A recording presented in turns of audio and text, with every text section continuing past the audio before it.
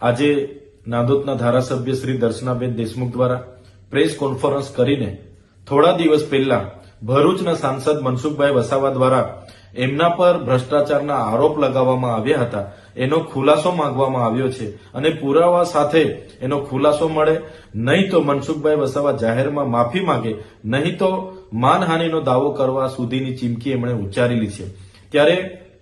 3 વર્ષથી દબાઈને રહેલા દર્શનાબેન દેશમુખજી આજે મોડા પણ જાગીને એ સાંસદ સામે બોલવાની એમણે હિંમત બતાવી છે, એમને હું અભિનંદન આપું છું। અને જે પ્રકારે મનસુખભાઈ વસાવાની વૃત્તિ રહી છે, ભૂતકાળમાં અહીંના ધારાસભ્ય હર્ષદભાઈ વસાવા હોય, શબ્દશરણ તડવી હોય, ઝઘડીના ધારાસભ્ય છોટુભાઈ વસાવા હોય, રીતેશભાઈ દેશમુખ હોય કે ગણપતભાઈ વસાવા હોય કે બીજા ભાજપના ઘણા નેતા હોય, બધા જ લોકો પર હાવી થવાનો એમનો સ્વભાવ રહ્યો છે।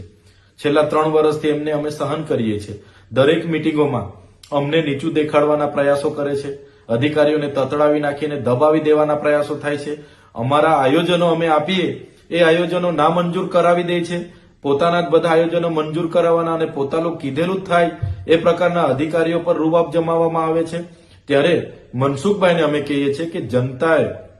અમને પણ ધારાસભ્ય તરીકે મત આપીને એમનું પ્રતિનિધિત્વ કરવા માટે મોકલેલા છે, ત્યારે તમે સાંસદ છો, અહીંનું પ્રશાસન સાથે હાથે મળીને કઈ રીતના કામ થાય, તમે ભરૂચના સાંસદ છો તો ભરૂચ પણ જાઓ, ત્યાંના પ્રશાસન સાથે મળીને, ધારાસભ્ય સાથે મળીને કઈ રીતના કામો થાય એ દિશામાં તમારે વિચારવાનું હોય છે। તેની જગ્યાએ અમે તમારી હરીફ છે એવું માનીને તમને અવારનવાર અમારા નામજોગ અમારા પર ભ્રષ્ટાચારના આરોપો મૂકો, વાણી વિલાસ કરો, ખોટી ટીકા ટિપ્પણી કરો, જાહેર મંચ પરથી અમારા નામજોગ તમે ભાષણો કરો, આ વ્યાજબી નથી। બધી જ બાબતોમાં રાજનીતિ નથી હોતી, બધા જ ધારાસભ્ય તમારા કેલાથી દબાય એવા નથી। ત્યારે 3 વર્ષથી દર્શનાબેન દેશમુખ એમને સહન કરતા હતા, આજે એમણે ખુલાસો માંગ્યો છે, ત્યારે હું અપેક્ષા અમે રાખીએ છીએ, ગુજરાતની જનતા જાણવા માંગે છે કે મનસુખભાઈ વસાવા આવનારા દિવસોમાં જે દર્શનાબેન દેશમુખ અને બીજા લોકો પર આક્ષેપો કર્યા છે એ ભ્રષ્ટાચારના પુરાવા રજૂ કરે, કાં તો જાહેરમાં આવીને માફી માંગે, નહીં તો આવનારા દિવસોમાં લીગલી પ્રોસેસ એમના પર બધા જ કરવા તૈયાર છે